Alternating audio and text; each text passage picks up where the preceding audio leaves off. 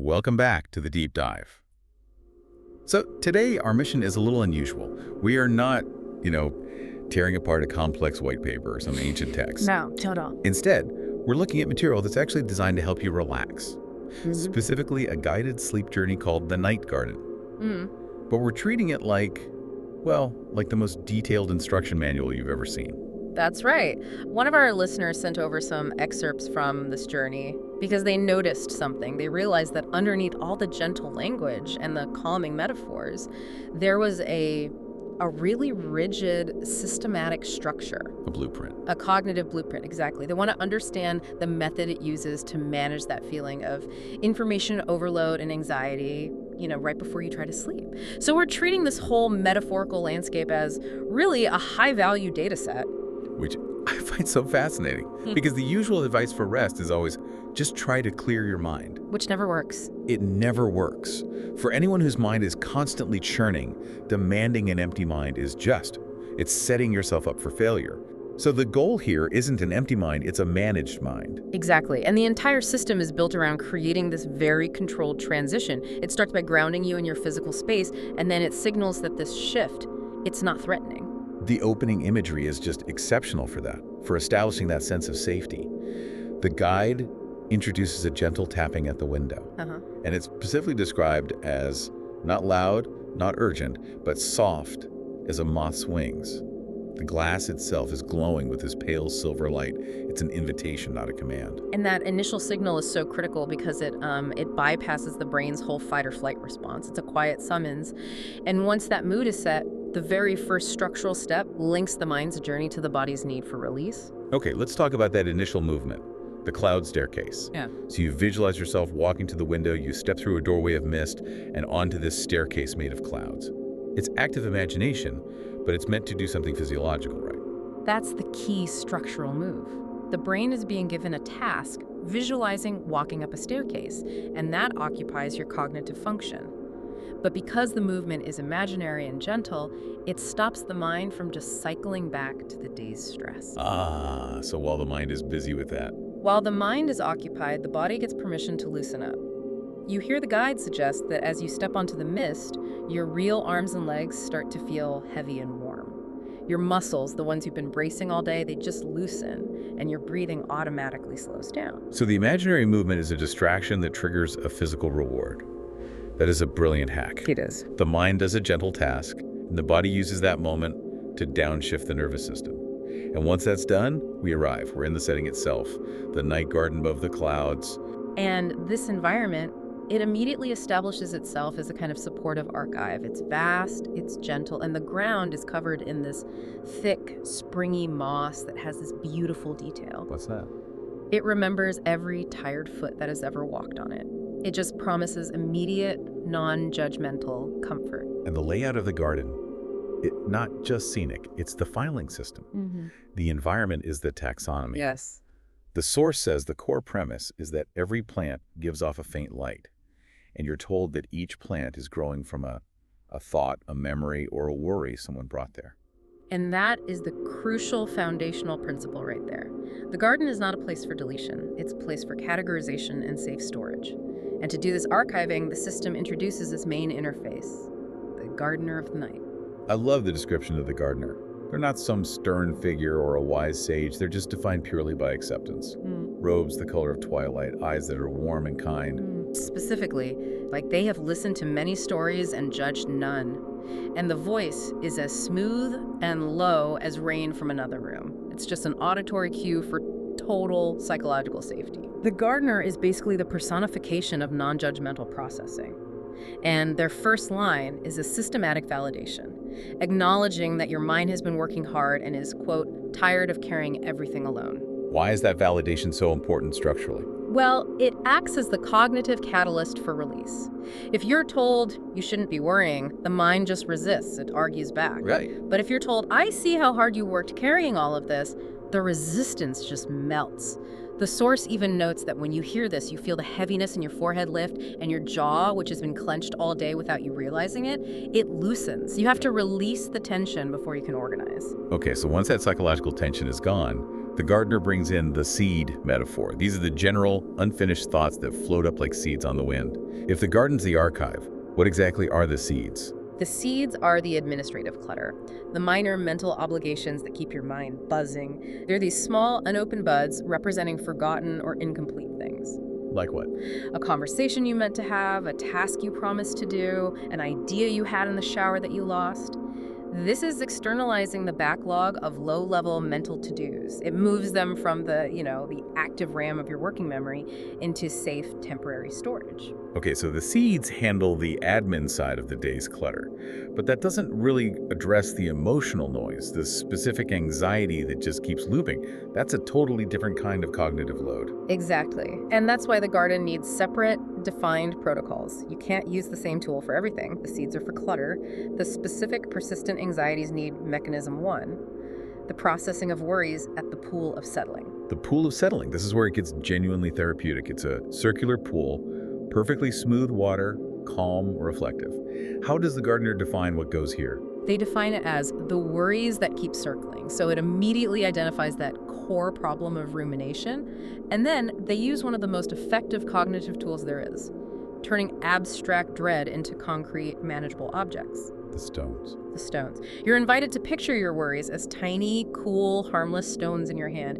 And they have the familiar shapes of what if, I should have, and don't forget. Turning what if I fail the meeting tomorrow into a cold, smooth stone. That's a huge step. It takes this terrifying, infinite possibility and makes it finite, tactile. Non-threatening. That's the psychological benefit. This technique is very closely aligned with things like cognitive behavioral therapy or CBT and mindfulness. You observe thoughts as external events like clouds passing, or in this case, harmless stones. The act of just holding them stops them from cycling endlessly. And the physical release is giving these stones to the gardener, who drops them in the pool. Each soft plunk makes a spreading ring of light. You can almost feel the imagined weight lift from your hand. But here is where the brilliance of the system really lies. And it addresses a point of resistance for a lot of analytical minds. The guide does not promise that the worries are deleted forever. Wait, isn't promising the worry will rise again tomorrow sort of counterintuitive? Doesn't that risk planting the seed of anxiety right before sleep? You know, that you still have to deal with it later. That's the tension, and the guide handles it perfectly. Think about it. If they promised permanent oblivion, the highly organized, anxious mind would immediately argue back. It would say, no, that worry is important, I can't forget it. Exactly. And you'd resist sleep. So the promise that they'll sink to the bottom for the night and rise again in the morning, smaller and softer, if you still need them, that removes the resistance. It's temporary storage with a promise of refinement. You're giving your mind permission to pause, not forcing it to delete. Precisely. And the gardener's insight for this section just captures the whole framework. You don't need an empty mind to rest, only a lighter one. You've stored the critical data safely. The rest period is earned. That completely reframes rest. You don't have to solve everything before you sleep, you just have to store it safely. Which moves us to the last category of clutter, which isn't future anxiety, but past replay. The things you said wrong, the embarrassing moments. Mechanism 2, externalizing memory in the lantern grove. Right. If the pool handles future anxieties, the lantern grove handles the mental replays, the past events you can't stop holding on to, the ones that fuel rumination. This is a quiet area with these slender wooden poles holding lanterns made of glass as thin as a soap bubble, and the memories are hung up so they do not have to be held so tightly. This is pure cognitive archiving. And the source details the contents of these lanterns so beautifully. Tiny scenes, a smile, a mistake, a moment of embarrassment, the thing you said that sounded wrong, the look on a face you weren't sure how to read. All those specific, messy human moments that keep us stuck in that self-correction loop. They do. But the act of externalizing them, of seeing them contained and tiny and gently swinging in a lantern, that must provide immense psychological relief. Why does that visual distancing break the loop? Because the replay loop in our minds often feels like an immediate threat or judgment. When we replay a mistake, it feels as urgent as if it were happening right now.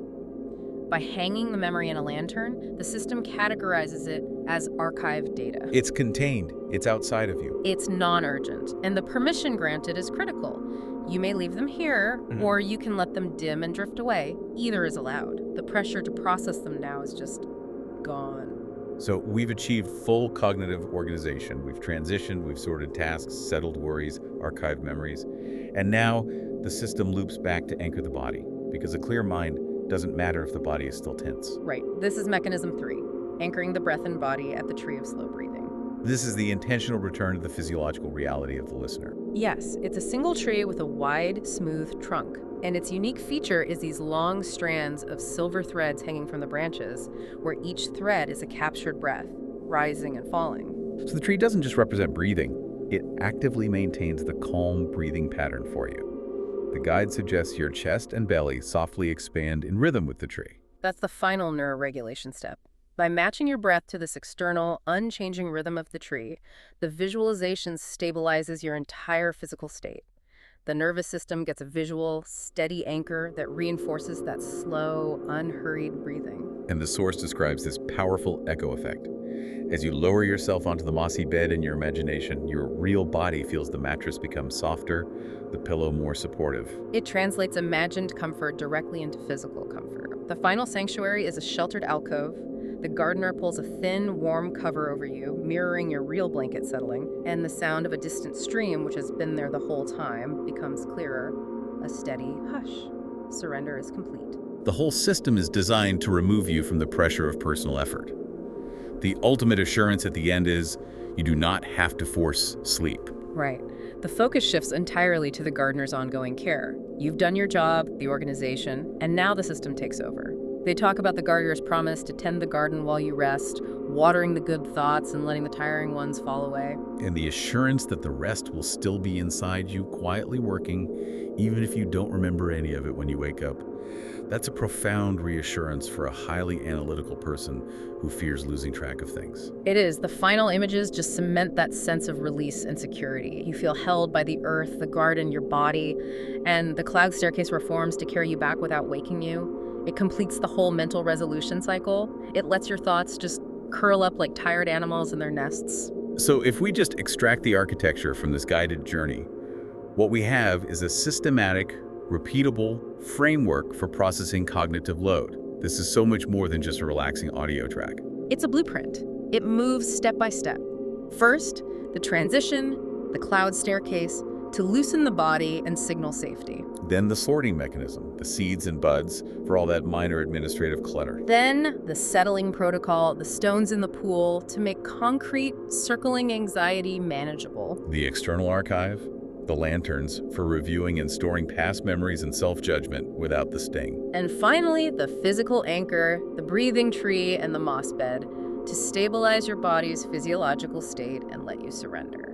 And crucially, this structure is so effective for the learner audience because it gives that organizing analytical mind a necessary job to do, categorize, and store so that it can finally stand down. It's not demanding the impossible goal of mental emptiness. It replaces chaotic rumination with organized metaphorical labor. By providing a safe, defined destination for every kind of cognitive burden, it removes the emergency status from the day's unresolved issues. The most effective rest. It comes not from forgetting the day, but from safely storing its components for later, lighter examination.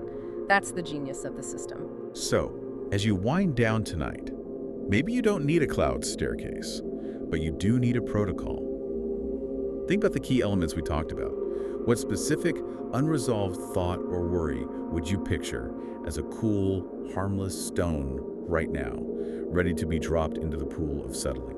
And if you're struggling with a moment of embarrassment or self-judgment from the day, what would it feel like to gently hang that moment in a lantern outside of yourself, knowing you don't have to carry it all night? We'll be here next time, diving deep into whatever structured knowledge you send our way.